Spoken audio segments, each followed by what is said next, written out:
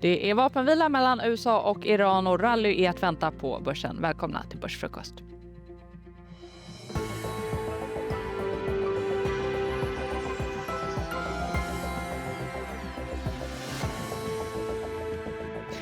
Det är onsdag den 8 april. Carl Hedberg, aktiechef på Carnegie Private Banking, Joakim Rönning och Gabriel Mellqvist på EFN. Varmt välkomna. Tack. Med en dryg timme kvar till deadline så kom ju parterna överens om eldupphör. Carl, Stockholmsbörsen ser ut att flyga vid öppning. Ja men verkligen, det ser ut att vara 4% upp åtminstone här på starten. Så ja, det är uppenbart att investerarna är benägna att ta till sig positiva nyheter. Och Joakim, alla kanske hade någonstans väntat sig en taco. Taco, ja. Trump always chickens out. Kanske man kan kalla det här. Det är ju någonting annat än vad det har varit tidigare i alla fall under den här konfliktens gång när det har kommit så mycket vändningar. Det här är det skarpaste hittills och det började väl likna något igår kväll då när Sharif, alltså Pakistans premiärminister, gick ut och ska man säga, rullade ut bryggan för att den så kallade off-rampen som man brukar prata om i dylika konflikter och kriser. Och Trump tycks ju ha hoppat på den nu. Så att någonting nytt är ju i görningen jämfört med tidigare konfliktutveckling i alla fall. Ja. Och Gabriel, du följde ju det här också i natt. Vad tar du fasta på? Off-rampen var väl delvis väntad. Trump gillar ju hård retorik och sen gillar han att backa. Min reflektion är att börsen inte har handlats ner särskilt mycket. Vi är ändå upp 6% på året under ett väldigt dramatiskt år. Trots att man inte handlar ner på dåliga nyheter så gillar man att handla upp kraftigt på positiva nyheter. Det är anmärkningsvärt och det känns lite fel i magen. Carl, vad säger du? Ja, men jag håller med. Jag tycker ju att det här kortsiktigt känns lite grann som att det är en styrka man ska utnyttja att faktiskt minska ner lite aktieexponering. För det är trots allt bara en 14 dagar lång vapenvila. Det är ju inte någon slutgiltig lösning på det här. Så att jag skulle inte vara helt förvånad om det kan komma lite perioder där det faktiskt blir lite besvikelser och lite upplevd risk på nytt igen. Men Joakim, vad tror du ledde till reträtten? Ja, men vi har ju sett liksom oljeprisrörelser som är ganska kraftiga och vi går in i ett skede där Trump måste börja blidka lite hemmaopinion och sådär. Tufft för pumpen naturligtvis när oljepriserna sticker iväg och bensinpriserna går mot den magiska nivån vid $5 a gallon som vi brukar se som liksom en nästan presidentavsättningsnivå liksom. Så det är klart att det spelar roll. Och jag menar, han gillar att trissa upp och försöka få liksom någonting ur varje givet läge och kanske ändå att man känner nu att det här 4-6 veckors kriget som man har sagt hela tiden började bli liksom fullt gånget för vad man kan få ut av det och att man då väljer vägen att deeskalera. Sen så ska man ju inte på något vis säga att det här är klart. Nu ska det då förhandlas i 2 veckor och det är ju 2 vitt skilda agendor som ska mötas här och frågan är om det här går, eller 3 vitt skilda agendor för vi har Israel också som kör på i Libanon och därmed redan bryter mot liksom en förutsättning för Iran och faktiskt gå mot fred då, att det ska vara en total fred i regionen då, där Israel och USA släpper greppet om de övriga ledbandsaktörerna då, som har Iran-kopplingar i regionen.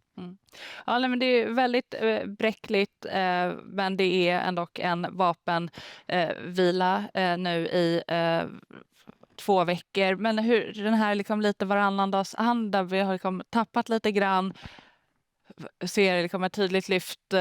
Ni är inne på att man kanske ska sälja av nu på styrkan, men ser ni att det mönstret kommer fortsätta eller kommer det vara någon typ av optimism nu fram tills att någonting nytt sker?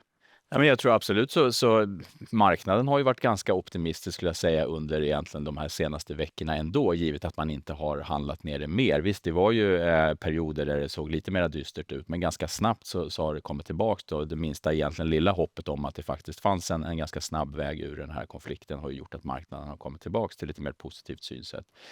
Så att jag tycker att det finns ju ändå en underliggande positiv syn och den tror jag är rätt, att tro att marknaden ska kunna fortsätta hålla i den positiva trenden på lite sikt här.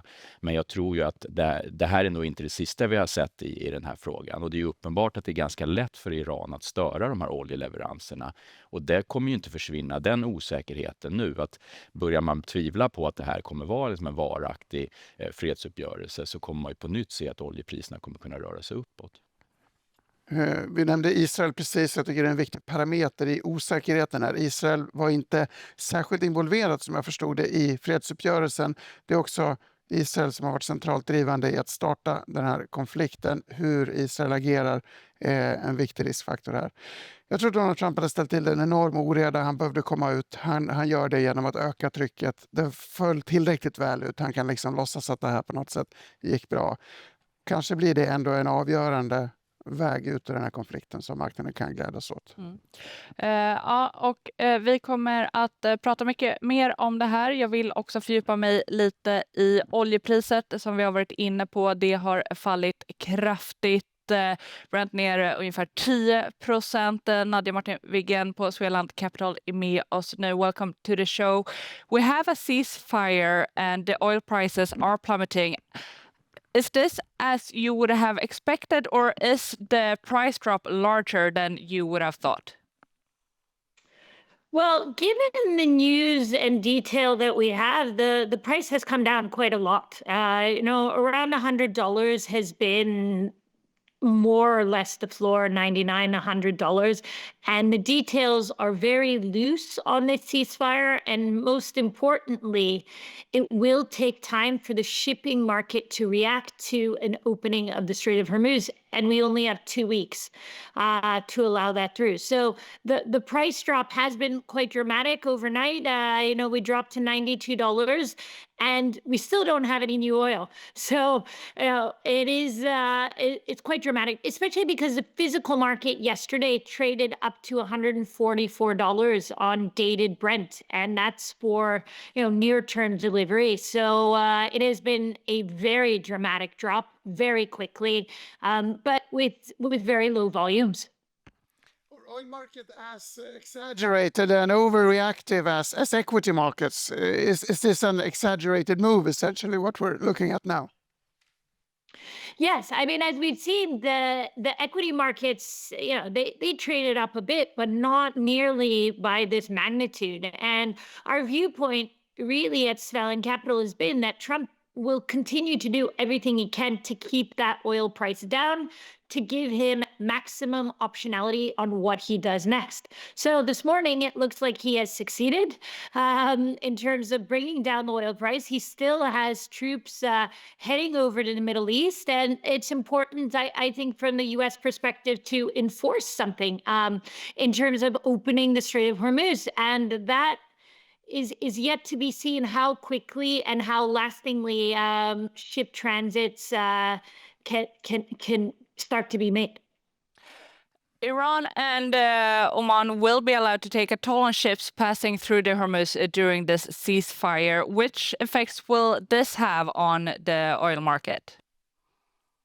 So first of all, we have to figure out how the insurance companies will view this, and also how the shippers themselves.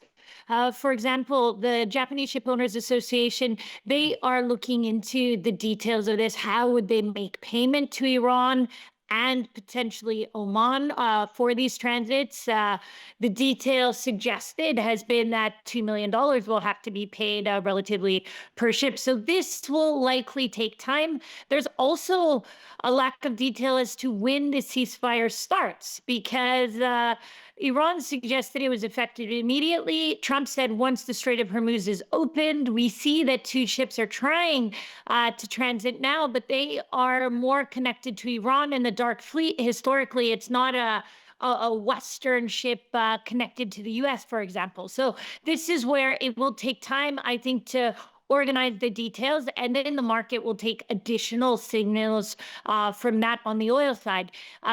What we saw yesterday in terms of the price is that the futures market struggled to strengthen further. We had attacks on Russia over the weekend, which was taking out potentially around 1.5, 1.6 million barrels per day. And the market wasn't trading higher off of that. So I think the market was kind of waiting for the next signal. And that next signal has been things are calming down, and it has reacted by taking down the price. We talked about the short-term reaction in oil prices. Has there been any changes in the longer-dated contracts? Does the longer end of the curve move as well? Any thoughts on that? Yeah, if the market truly believes this will happen, then we expect the entire curve to move lower. We've had very low trading volumes today, so that is where I think the physical market, if they truly believe it, we should see that spread tightening, meaning that it would mean. Sorry, what I mean to say is that the front of the curve will come down relatively more than the back, although the back should come down a bit as well. But the critical thing is there are 800 ships backed up in the Strait of Hormuz. It will take time to move them out, sailing in, sailing out, and that's where 2 weeks really isn't enough time to resolve this crisis by any means. Yesterday, the WTI oil was far more expensive than Brent, and even though they've both come down, it's still more expensive. How come? Because we're still trading May WTI. So that is much more near dated. And this is what I was saying, that the physical contract in the North Sea traded up to $144 a barrel, dated Brent. That's what's loading in the next week. So that still has been at a higher premium. The May contract for WTI is nearer than the June contract for Brent. And that's where it just shows that the acute problem is for near dated oil. Refiners want oil today, in the next 10 days. They'll worry about June further out in time. How much is $2 million? I mean, it sounds like a lot of money for a ship to pass through a strait. Is this enough to make oil prices permanently higher if this is the new regime? Well, it will add to the cost of the entire chain of receiving oil. And this is where, yes, $2 million is a lot of money. Then we have very expensive shipping rates right now. Insurance will be much higher if we're dealing with an Iranian regime that is in charge, because we haven't had a regime change in terms of the U.S. objectives. Typically, the cost of shipping is around 2% of the cargo's value. What we've seen in the last couple of weeks is it's been 15 to 20% of the value, and that's before we add in the $2 million on top. So it completely changes the calculus for receiving oil, and also on the product side. So for refiners, they would have to pay all that. So that increases their costs, which means we should have higher pricing of diesel and gasoline and refined products. On the products that are exported from the Middle East, they will also have this higher premium. And that's where everything needs to be competitive. So for the consumers, it is a higher cost for us to do business and receive oil and diesel and gasoline and refined products than before. And so that is an inflationary cost. Absolutely. But if the ceasefire becomes an actual end to the war and the Hormuz opens, how long will it take for oil to be back to normal or to be back online? Months. There has been a big backlog. We've seen ships that used to be backed up waiting to go to the Arab Gulf. Instead, they've transited to the Atlantic Basin. They've gone to the U.S. Gulf Coast and so forth. Once they've committed to that, that's 30 to 40-day voyage, for example, to Asia. And then that ship becomes free again. So this is a lasting disruption for the market, at least for months on the oil side. And then on the natural gas side, it's a much deeper disruption, because we've had the outage in Qatar that is 3 to 5 years force majeure on nearly 20% of what Qatar's LNG produces. So that will be a much more lasting effect into the fourth quarter, in our view, minimum, and for years to come. You're obviously too young to remember life in the 80s, but could we talk about life in the 80s in terms of oil, or a new normal where oil prices is hovering around 80, 90 instead of 60, 70 as we're getting used to? Yeah, so we believe that the oil price will have a higher base, because now we have this increased risk premium always through the Middle East, and it will change the calculus for energy security. And this is where every country, I think, now wants to invest in different means of procuring oil. So it means more oil to come out of the US, Canada, Guyana, Namibia, West Africa, all of these other areas will become much more desirable. And this is where we expect drillers to do very well in this environment, because it's about diversification and having your own oil supply so that we're not held hostage as we have been in this situation. And especially given how this ceasefire has been designed so far, really focusing on Iran getting what it wants, that risk is much higher, and therefore it's much more necessary to have this diversification of supply. And looking just to the North Sea, both Norway and the UK should really be looking at developing more resources on oil and gas in our nearby ocean. Thank you so much, Nadia, for being with us here on the show. Ja, vill ni plocka upp någonting av det som Nadia säger här? Vi kommer få leva med högre priser. Ja, men absolut. Jag tror att det kommer ju vara någonting som kommer hänga kvar i oljemarknaden och prissättningen av olja, och därmed så tror jag att det finns en risk i att aktiemarknaden kommer delvis tyngas av det. Att det är inte så enkelt att det bara blir en vapenvila, att man öppnar upp Hormuzsundet, för det var ju faktiskt öppet innan det här kriget stod igång. Så jag tror att det kommer finnas någon form av motvind som hänger kvar från det här. Det är ju sensorn av Donald Trump, kort inspel bara. Utgå från normalläge, implementera en mycket sämre situation och sen backa lite från det, och då är alla nöjda, inklusive börsen, fast vi egentligen är på en sämre plats än när vi började. Men Joakim, vi har ju pratat mycket om vad som ledde till den här eskaleringen av kriget, men Iran har ju skickat en 10-punktslista. Bland annat så vill man ju då ha kontroll över just Hormuz. Man vill fortsätta anrika uran, och så vill man att sanktioner ska lyftas från landet. Ja, det är ju här agendorna går isär då. Man har uppenbarligen en helt olika uppfattning om vad det är som ska leda till fred här, när man kan nöja sig. Och Iran har ju varit stenhårt klara på att vi går in i de här förhandlingarna med totalt icke-förtroende för vår motpart. Och så har vi den här 10-punktslistan då, där det från Irans läsning sett är att USA lägger sig. Vi har nästan besegrat fienden. Vi kommer fortsätta anrika uran. Vi kommer fortsätta med våra missilprogram, våra drönarprogram. Vi ska ha full tillgång, eller vi ska kunna förtulla fartyg som åker genom Hormuzsundet, och därmed dra in servettskissmässigt $100 miljarder per år. Sanktioner ska bort, frid och fröjd. Lyssnar man på Donald Trump så är det ju motsatsen till vad han tar hem som seger, att Iran är kuvade, nu är det klart, och regimomvälvningen är genomförd.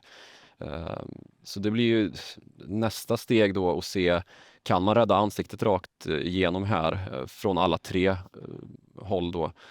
Och som sagt, vi har under morgonen angrepp från Israel i södra Libanon, så att det är ju frågan om när man säger då att vapenvilan har inträtt, och det kanske inte är än, men det är lösa boliner än så länge, och det kommer det väl vara i 2 veckor nu. Lösa boliner, samtidigt väldigt starka reaktioner på börsen. Stockholmsbörsen ser ju ut att lyfta 4,5% vid öppning. Vi har sett oljepriset falla tillbaka. Vi ser längre räntor falla tillbaka. Samtidigt ser vi ju ganska kraftiga börslyft också i Asien, Carl. Och vi hann ju se hur Wall Street gjorde en omvändning redan igår. Just det. Nej, men absolut. Så att det är inte förvånande att vi ser en sån positiv reaktion riktigt. Men sen är frågan, är den riktigt uthållig? Och kommer den räcka hela de här 14 dagarna, och kommer man nå en mer slutgiltig lösning? Det är väl det som osäkerheten ändå ligger i. Och det där är lite tveksam till om marknaden inte kommer fortsätta att vara ändå rätt volatil under de här närmsta veckorna. Det är lite för enkelt att man bara kommer fram till den här lösningen med vapenvila, och that's it, och sen kommer man vara nöjd. Men ser du att den här korrelationen mellan oljan och aktiemarknaden, att den kan fortsätta även under den här perioden? Ja, men jag tror vi kommer säkert få leva med ett oljepris som är högre än vad vi hade innan. Men jag tror ändå att det kan komma ner till nivåer där aktiemarknaden skulle kunna vara nöjd med att det är inte tillräckligt kritiskt för att det ska driva upp inflation och att det ska bli ett helt annat räntescenario, och därmed kommer vi stjälpa den här långsiktiga positiva börstrenden. Det scenariot tror jag inte riktigt på. Jag tror ändå att det kommer komma till en nivå där det fortfarande finns en tillräckligt god vinsttillväxt kvar för företagen, både för svensk europeisk del och för amerikansk del för det här året. Och det kommer inte tvinga centralbanker att bekämpa en skenande inflation. Så att jag tycker fortfarande finns stöd för att vara liksom positiv till börsen i ett lite längre perspektiv. Men jag skulle räkna med att volatilitet får vi nog leva med ett tag till i det korta. Och nu så ser vi Stockholmsbörsen öppna. Som väntat så är storbolagsindex upp över 4% i den inledande handeln. Vi ser att Atlas Copco är upp, ABB är upp, EQT är upp, alla där över 6%. Motströmmen går till Tele2 som har fått en sänkt rekommendation från Nordea till behåll från tidigare köp. Vi ska prata lite mer om specifika bolagsnyheter, men har ni några tankar om den här inledande handeln? Intressant. Bredvid Tele2 hittar du Telia precis över nollstrecket, men defensiva aktier blir ju lite mindre attraktiva idag förstås. Mycket industri i vinnarläget. Riskerna för att oljan ska tära på deras vinster är väl dämpad i det här läget. Jag tycker å andra sidan att ett nytt normalt läge med olja på mellan 80 och 90 borde vara dåligt för svensk industri på ett lite längre sikt. Men i det korta absolut ett jättelyft. Jag antar att vi hittar Epiroc och flera svenska industribolag i toppen i alla fall. Volvo jättevinnare. Ja, vi kan ju se hur det stiger brett här över linjen. Just för Volvos del kan vi också notera att Nordea idag har upprepat sitt köpråd för bolaget som också har årsstämma. Nordea spår att nästa rapport kan vara den sista med fallande vinster i den här konjunkturcykeln. Vi ser också Boliden rusa över 6%, har ju verkligen påverkat och varit delaktiga i den här varannandagshandeln. Nibe och Saab är två aktier man vill titta på i en sån här rörelse också. Saab brukar ju tappa på fred, ironiskt nog. Å andra sidan, om det här är bra, vi kommer ändå ha en försvarsuppbyggnad, vi kanske kommer ha en starkare konjunktur. Nibe tittar jag på ur ett energiperspektiv. Hög energi, bra för Nibe, lite förenklat. Kan titta på finska Fortum till exempel, eller norska oljebolag också. Ja, men exakt. Och vi ser ju hur både norska oljebolag och Fortum tappar idag. Aker BP är ner 9%, Fortum är ner 5%. Nibe upp ungefär 2%. De har ju stått ut som ensamma vinnare dagar när vi har haft en tuffare krigsutveckling än vad vi då har idag. Men Carl, ganska förväntat då kanske mönster, men hur tycker du att, du var inne på att man skulle ta hem lite vinst, men hur tycker du utöver det att man ska tänka i det här läget? Men jag tycker att man ska, kortsiktigt, är man den typen av investerare som ökar och minskar sin aktieexponering i ett mer kortsiktigt perspektiv, men då tycker jag då är det ju ett läge att faktiskt minska lite grann på en sån här rörelse uppåt, för jag tror att det kommer komma nya dagar där man kan komma in igen. Men det är också, tycker jag, tillfälle att faktiskt se över lite grann hur exponeringen är mellan både då konjunkturkänsliga sektorer och mer defensiva. Vi kommer ju se då, som sagt, som Gabriel var inne på, att mer defensiva bolag som teleoperatörer, säkert en del av läkemedelsbolagen, hänger inte med i den här rörelsen uppåt. De andra sidan klarar sig mycket bättre under de senaste veckorna. Men jag tror inte att man ska vara för snabb på att bara nu hänga på det som går starkast, att det bara är konjunkturkänsliga verkstadsbolag man ska gasa på igen. För att jag tror att det finns vissa risker kopplat till dels besvikelser i den här fredsuppgörelsen, men också att det finns vissa effekter på vinsterna för en del bolag som ändå är ganska energiberoende i sin produktion, och det kommer också vara beroende av hur efterfrågan utvecklas. Får vi till exempel oljepriser som är kvar hyggligt höga nivåer, så kommer bränslepriserna vara kvar högt. Det kommer säkert dämpa en viss efterfrågan som då kan påverka vissa företag. Vi närmar oss ju också en rapportsäsong, kanske är knasigt att prata om i det här läget, men jag funderar på nu, beroende på vart vi befinner oss, ser du att det faktiskt kan sätta agendan på ett annat sätt, eller är det fortsatt kriget som kommer att göra det? Ja, men rapporterna blir absolut intressanta. Sen tror jag inte egentligen att resultaten för första kvartalet har hunnit påverkas så dramatiskt från det här. För det är egentligen bara under mars månad som det har påverkat företagets verksamhet i viss mån. Så att det tror jag snarare ligger i det kommande kvartalet eller det nästkommande kvartalet sen. Så prognoserna blir ju, och den framåtliggande outlooken blir väldigt intressant från företagen. Men som sagt, det kommer ju givetvis finnas en effekt av att vissa bolag kommer märka ett större tapp i efterfrågan. Mm. Jag tycker att det är lite fascinerande, Gabriel. Vi ser ju att Stockholmsbörsen lyfter och det är rejält. Stockholmsbörsen gick mycket bättre än övriga nordiska börser igår och så ser det ut att vara även idag. Det är någonting som jag tar med mig och tycker är spännande. Om man andas ut för industrin så är det väl givet att Stockholmsbörsen på något sätt ligger i vinnarhålet. Norges börs är ju strukturellt svag idag eftersom det är så mycket olja. Och det blir liksom en motsatsrörelse mot den svenska aktiemarknaden. Och Danmark lite speciell, så kanske inte så konstigt. Sverige är ju också en högbetabörs som ska vara vinnare sådana här dagar, helt klart. Mm. Jag kan inte heller släppa Karls trade. Den som har köpt aktier sent på fredagar när det har varit som sämst och sen sålt dem när det känns som bäst just nu har ju klarat sig väldigt väl genom den här krisen. Det har svängt mycket. Jag tror att det här kan vara ett skifte, men om det inte är det, om det blir nya problem och nya grus i maskineriet, vilket vi får anse som ett väldigt sannolikt scenario, så absolut så kommer det nedgångar från den här euforin. Ja, men mycket spännande och Stockholmsbörsen just nu verkar inte se någon höjd. Det här är ju den starkaste sen kriget bröt ut, så får jag väl ändå säga att det här är den starkaste uppgången som vi har haft i någon typ av lättnadsrally. Så det jag ändå tänker är ju att det ändå kanske var en del personer som gick och la sig med lite ont i magen igår över att man faktiskt kanske inte skulle kunna backa från det här hotet. Ja, men det är nog inte omöjligt, och jag tycker också att om man tar i beaktande att från de all time high-nivåerna vi hade då för svensk del i februari, och USA får vi kanske backa tillbaka en månad till, vi var ju inte ner dramatiskt mycket från de nivåerna, så att det är klart att kände man att jag sitter på för mycket aktieexponering och man är då orolig för att det här skulle kunna eskalera i ett kortsiktigt perspektiv, så var det nog en hel del som faktiskt drog ner exponeringen mot aktiemarknaden, och då när en sån här händelse sker och risken kommer ner åtminstone kortsiktigt, så kommer nog de flödena tillbaka in i marknaden, så på det sättet är det ju förståeligt. Mm. Noterar att Avanza verkar ha problem med inloggningen. Upprörda kunder reagerar på X. Det här är ju kanske ett klassiskt fenomen när det är väldigt högt tryck på marknaden. Jag hoppas att de problemen löser sig snart. Vi ser Tyska DAX upp 5,3%. FTSE i England upp 3,14%. Franska CAC upp 1,4%. Så glada börser lite varstans. verkligen. Men då motströmmen, precis som vi har varit inne i, eller där uppgångarna inte är lika stora, det är ju då Tele2 som faktiskt backar svagt, Telia som handlas runt nollan, Saab och Nibe upp, men runt 2% mot då börsen i helhet som är upp 4,5%.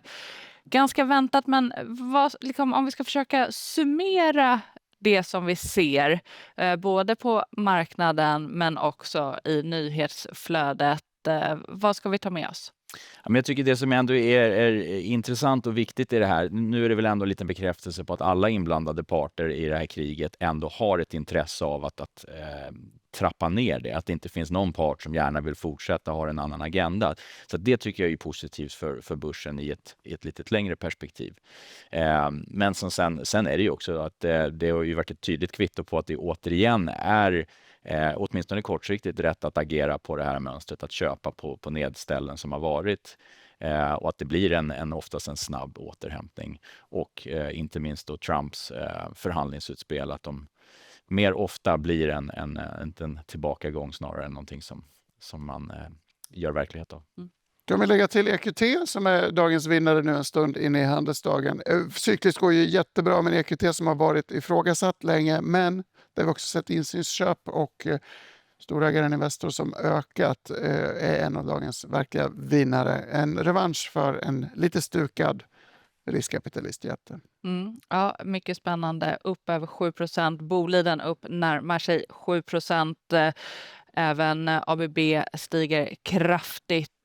Stort tack Carl och Gabriel och också Joakim som var med oss här tillsammans med Nadja också. Och stort tack också till er tittare. 11:15, då är vi tillbaka i Börslunch. Fortsätt följ nyhetsflödet och börsutvecklingen på efn.se. Tack för nu.